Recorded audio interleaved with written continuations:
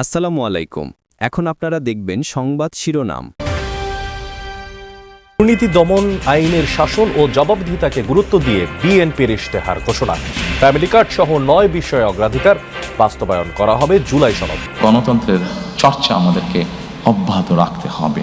একটি সরকার যদি সুশাসন দিতে না পারে তাহলে তার কোনো পরিকল্পনা যেমন বাস্তবায়ন হবে না, জনগণেরও কোনো লাভ হবে না। দক্ষিণের কয়েক জেলায় জামায়াতের নির্বাচনী জনসভা। ভোটকেন্দ্র দখলের চেষ্টা হলে শক্ত হাতে প্রতিরোধের আহ্বান আমিরের। কারো সম্পদে থামানো সমান, কাউকে দেশ থেকে তাড়িয়ে দেওয়ার কোনো অধিকার কারণে 4.5 কোটি তরুণ ভোটারই বদলে দিতে পারে ভোটের সমীকরণ মত বিশেষজ্ঞদের।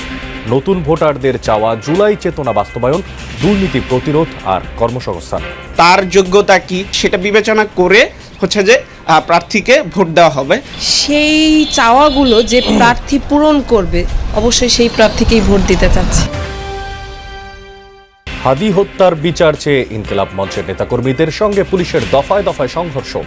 জাবের, রনি ও আম্বার সহ আহত বেশ কয়েকজন। বিশ্বকাপ ক্রিকেটের পর্দা উঠবে আজ সকাল 11:30টায় প্রথম ম্যাচে লড়বে পাকিস্তান নেদারল্যান্ডস। সন্ধ্যায় মুম্বাইয়ে উদ্বোধনী অনুষ্ঠান। আসসালামু আলাইকুম। এখন দেখবেন সংবাদ বিস্তারিত। দুর্নীতি দমন আইনের শাসন ও জবাবদিহিতাকে গুরুত্ব দিয়ে ইশতেহার ঘোষণা করল বিএনপি। তারেক রহমান ঘোষিত ইশতেহারে লুটপাট নয় উৎপাদন, ভয় নয় অধিকার এবং বৈষম্যহীন সমাজ গড়াকে প্রাধান্য দেওয়া হয়েছে। খাতভিত্তিক কর্মসংস্থান সৃষ্টির পরিকল্পনাকে প্রথম ও প্রধান অগ্রাধিকার দেওয়া হয়েছে। সরকার গঠন করলে নিম্ন আয়ের পরিবারের সুরক্ষায় ফ্যামিলি কার্ড, কৃষকের জন্য ফার্মার্স কার্ড, প্রবাসী কার্ড ও নাগরিকের স্বাস্থ্য সুরক্ষার নিশ্চিতের আশ্বাস দেওয়া হয় ইশতেহারে। 2034 সালের মধ্যে $1 ট্রিলিয়ন অর্থনীতি গড়ে তুলে বাংলাদেশকে উচ্চ মধ্যম আয়ের দেশে রূপান্তরের কথাও জানান বিএনপি চেয়ারম্যান। নির্বাচনের রোডম্যাপ ঘোষণার পূর্বেই বিএনপি নিজস্ব সংস্কার ভাবনা ও দেশ গড়ার পরিকল্পনা তুলে ধরেছিল জনগণের সামনে। দেশের নানা প্রান্তে নির্বাচনী সমাবেশেও বিএনপি চেয়ারম্যান তারেক রহমান স্থানীয় সমস্যা চিহ্নিত করে সেসব সমাধানের আশ্বাস দেন। শুক্রবার বিকেলে রাজধানীর একটি হোটেলে সেসবেরই সম্মিলিত রূপরেখা উঠে এলো বিএনপির ইশতেহারে। নতুন রাজনৈতিক যে পরিস্থিতি, সেখানে তিনি নতুন বার্তা নিয়ে আসছেন মানুষকে জাগিয়ে তোলবার জন্য। যে ইশতেহারকে 5টি অধ্যায়ে 51টি বিষয় ভাগ করে বিএনপি, যেখানে গুরুত্ব পায় রাষ্ট্র ব্যবস্থার সংস্কার, বৈষম্যহীন আর্থসামাজিক উন্নয়ন ও টেকসই রাষ্ট্রীয় সক্ষমতা অর্জন, ভঙ্গুর অর্থনীতির পুনর্গঠন ও পুনরুদ্ধার, অঞ্চলভিত্তিক সুষম উন্নয়ন সহ ধর্ম, সমাজ, ক্রীড়া, সংস্কৃতি ও সংহতি। ইশতেহার ঘোষণার পূর্বে তারেক রহমান বলেন, জনগণের রায়ে দায়িত্ব পেলে বিএনপি জবাবদিহিমূলক, দায়বদ্ধ ও ইনসাফ ভিত্তিক রাষ্ট্র ও সরকার প্রতিষ্ঠা করবে। এই ফ্যাসিবাদের পুনরাবৃত্তি যদি না চাই, অবশ্যই আমাদেরকে ডেমোক্রেটিক প্রসেস বা গণতন্ত্রের চর্চা আমাদেরকে অব্যাহত রাখতে হবে। একটি সরকার যদি সুশাসন দিতে না পারে তাহলে তার কোনো পরিকল্পনা যেমন বাস্তবায়ন হবে না, জনগণেরও কোনো লাভ হবে না।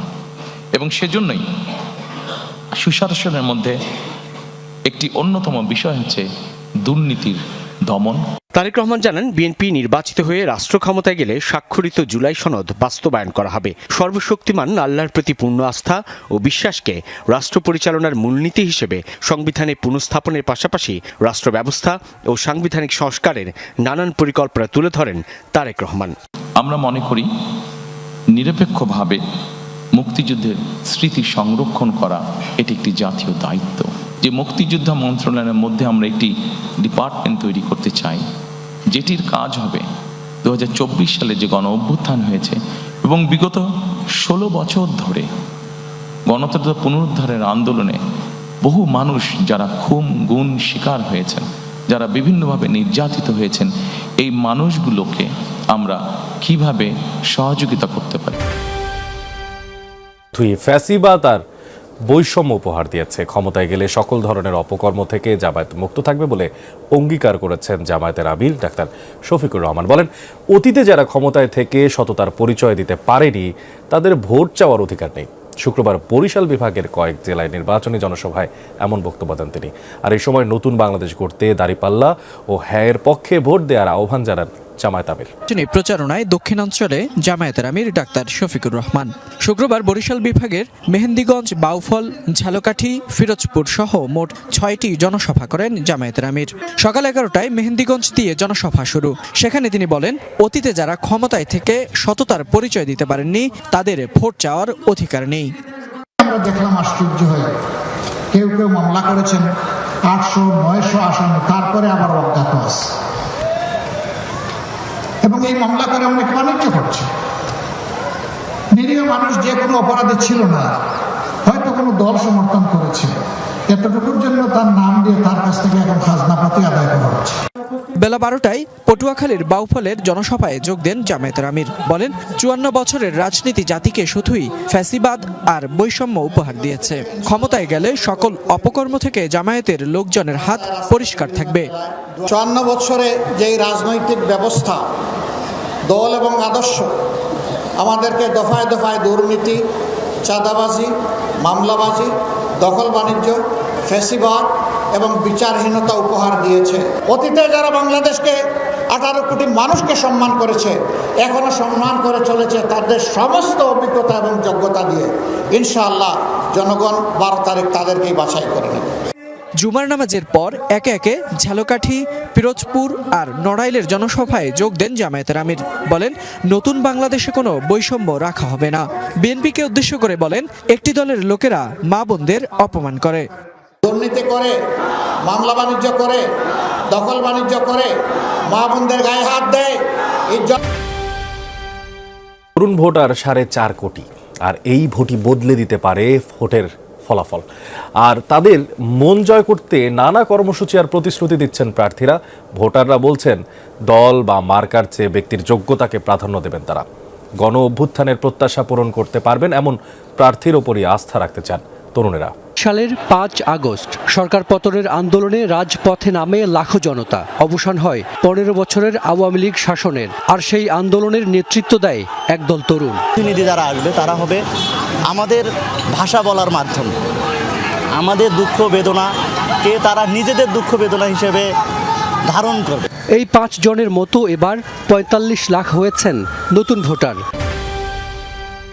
সম্মেলনের ঘোষণা দিয়ে রাতেই শাহবাগ ছাড়েন ইনকিলাব মঞ্চের নেতাকর্মীরা। আজ সকালে এই সংবাদ সম্মেলনের কথা রয়েছে। আর এর আগে হাদি হত্যার বিচার দাবিতে প্রধান উপদেষ্টার বাসভবন যমুনা ঘেরাওয়ের চেষ্টা করে। আর এই সময় পুলিশের সাথে তাদের দফায় দফায় সংঘর্ষ হয়। পরিস্থিতি নিয়ন্ত্রণে টিয়ার শেল, সাউন্ড গ্রেনেড নিক্ষেপ করে পুলিশ। ইন্টারকন্টিনেন্টালের সামনে ইনকালাব মঞ্চের অবস্থান কর্মসূচি।